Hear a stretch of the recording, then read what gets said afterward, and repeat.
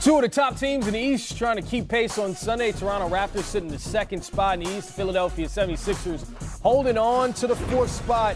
And they had to play without Joel Embiid, and did they miss him? But really, Joel Embiid wouldn't have had to guard this guy. CJ McCollum came on a mission which required a higher position. 6 for 6 from the field to start the game. CJ, 26 points in the first half, 19 in the second quarter. He was cooking tonight, just had every aspect of his offensive game flowing, and the Sixers had no answer. Third quarter, more of the same. And what's a Blazers highlight without Dame? It's Dame time, but unfortunate enough for Portland, it was Dame time chilling on the bench in the fourth quarter. Dame only took 10 shots, but CJ kept going to work. 13 for 18 from the field, 35 points. Cooled down in the second half, mainly because they didn't really need him. Yeah. Blazers shot a season high from the field, 59%, and a season high from the field from three-point range at 54%. Jimmy Butler just 2 for 12 from the field. Chicago and Toronto. Robin Lopez, he got played, Candace. You know it's bad when the mascot plays. But that's not a good idea because Robin. Be careful. Be careful. Oh, boy. He'll get you back. Did he get him a facial? He's going to get fined.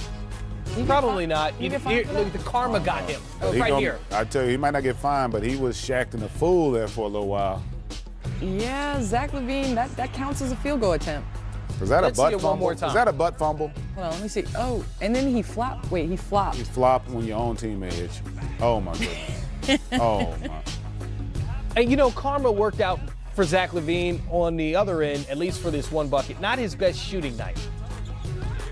Yeah, he shot 3 for 17 from tonight. Obviously, last game came off the injury, had a great game, 10 of 18 from the field. Tonight just didn't go his way.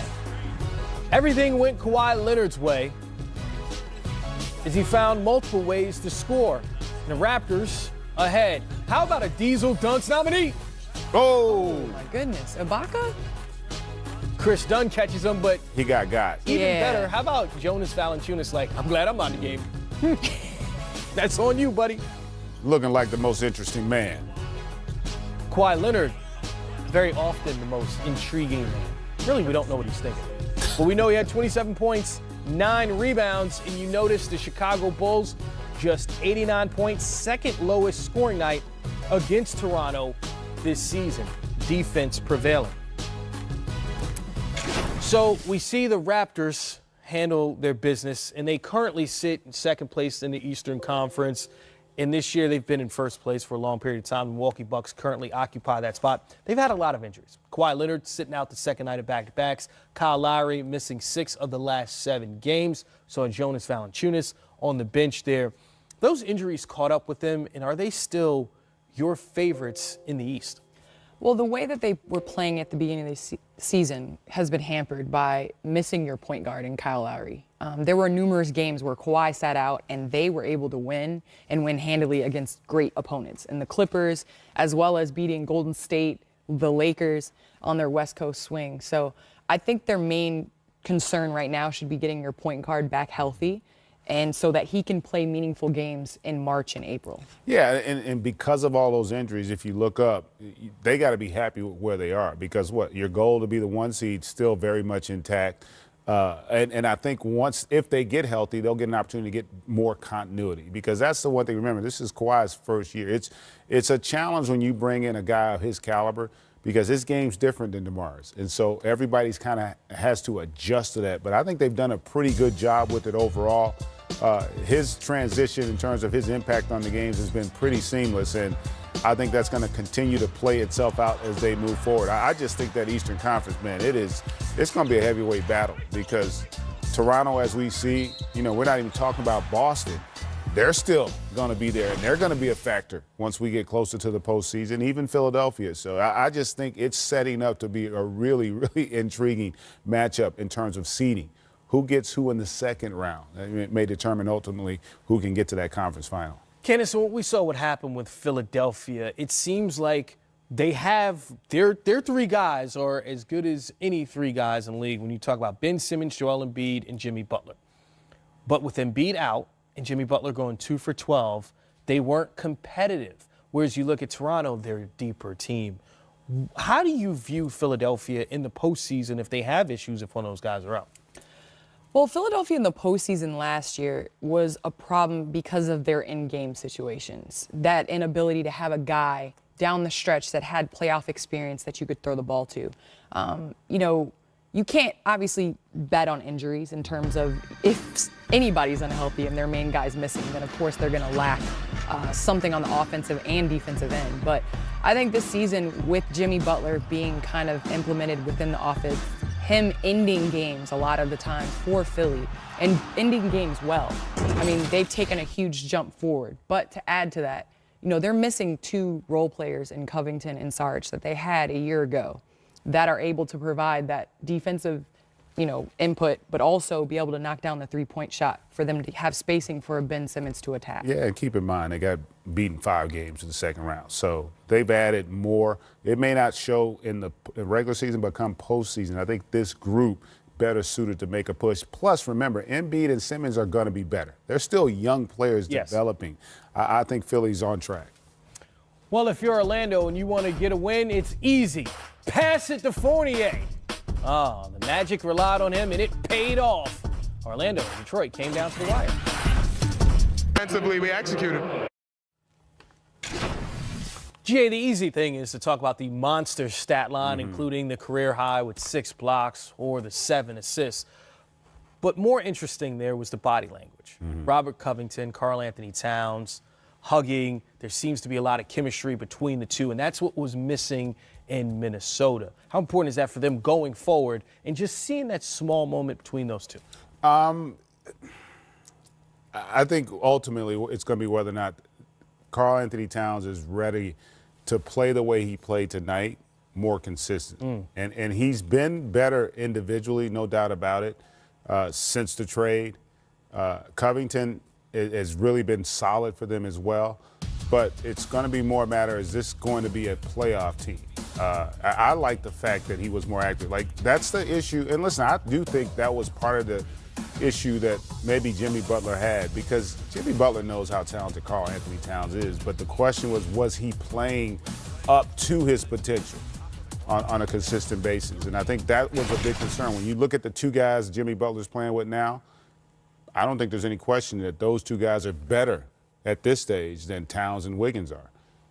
And they're in the Eastern Conference, which probably and Embiid and Simmons. Yes. And so I think for Karl Anthony Towns, and I like how he's responded to it, he's playing at a level now where he's getting back to potentially being an all-star, and he's going to have to be if this team has any chance of making the postseason. Well, to add to that, I mean, you talked about his body language, and those were two guys in that interview that benefited heavily from this trade. And Covington coming over and kind of filling that 3D role, shooting the heck out of the ball this season. But in Towns and the way they're using him within the offense, it seemed like he never figured out what to do when Jimmy Butler had the ball. And, obviously his point per game are up 2 points. And, he's playing defense. That was a huge question mark as well. And, you just see him playing with passion. But GA, to your point, he has to play consistent. And I think in doing this trade, a lot falls on Wiggins and Towns. Tibbs did this trade, and, it's no secret. I mean, Tibbs isn't guaranteed for next year. So this is huge. This is a huge season going forward for the entire organization. Looking at Minnesota, and we know how Tom Thibodeau is when he has his guys, they stay in rotation, they play heavy minutes. Robert Covington clearly there, but Dario Saric, looking at it, 19 minutes for him. Here's a guy in Philadelphia that had a bigger role, kind of having a smaller role in Minnesota. What are you looking for from Saric to see if he's going to be successful there or maybe needs to go somewhere else? Well, he's 24 years old, and, Tibbs plays his guys, you're right. But at the same time, the NBA is always in need of a stretch shooter that can play the type of role that he did and played for the Sixers last year. So I look for, as the offense and the season continues, them to get him more minutes and him be able to fit in within the offense a little bit better. You know, it's going to be interesting to see because, you know, if you go back to his second year, he averaged almost 15 points a game, you know, so you thought he would trend. But he's actually went the other way. Yeah. You know, the shooting from three, not as good the last couple seasons. Defensively, still a bit of an issue. And he's not a guy, and that's why the postseason is so important, because the postseason really shows us who you are. You're going to play against a team potentially 7 times. They're going to game plan you. They know your tendencies. And he struggled mightily last season. And so that's probably partly why you don't see the minutes growing in Minnesota yet, because he hasn't quite figured out how to have more of an impact on the game, whereas Covington has. And so I do think in order for him to earn Tibbs' trust, he's going to have to play better because he has not been great this year, whether it was in Philadelphia or in Minnesota. Speaking of that former team, the Philadelphia 76ers paying a visit to the Portland. Candace, that last point that Jimmy made really stuck with you. Well, yeah, we were in the studio on Thursday, and, you know, Chuck said something very interesting. He said that as he grew older and matured as a player, he understood that you can't be a teammate to everybody the same. You can't yell at everybody. There's different factors that motivate different players, and the more you learn that and the earlier you learn that, the more successful you'll be. And I think just from his trade from Chicago to the Timberwolves and now to Philly, he understands that things that motivate certain players, you know, don't work across the board. And sometimes you have to change a little bit of how you communicate. And not that the expectation of a teammate should fall or should drop, but the way that you communicate that, you know, obviously really says a lot about how he has to go about things. Yeah. What I took away from the conversation that he had with KG, what I thought was a great interview, is when you look at Joel Embiid and Ben Simmons, like, they want to be great. And I don't want this to come across the wrong way, but not everybody in our league wants to be great. Not everybody wants the responsibility of being great, because there comes a lot of arrows with that. There comes a lot of vitriol. There comes a lot of hatred, and not everybody is built for it. And I think that's the one thing that he sees in Embiid that maybe in Karl Anthony Towns and Andrew Wiggins, they hadn't matured to that point. And so when you're a guy about to turn 30 and you want to have a chance to compete at the highest level, you want guys that get it sooner. And I think that those two guys get it in terms of the attention to detail, the fact that they want to be great, that you listen to how they talk. You know, and Embiid holds himself to a high standard. If he's not good, he's the first to tell you, I suck tonight. I got to be better. Like, and those are the attributes that the great ones show. Like, in this business, you got to be able to hold your own self accountable. You got to be willing to look in the mirror, and it can't always be someone else's fault when you don't perform well.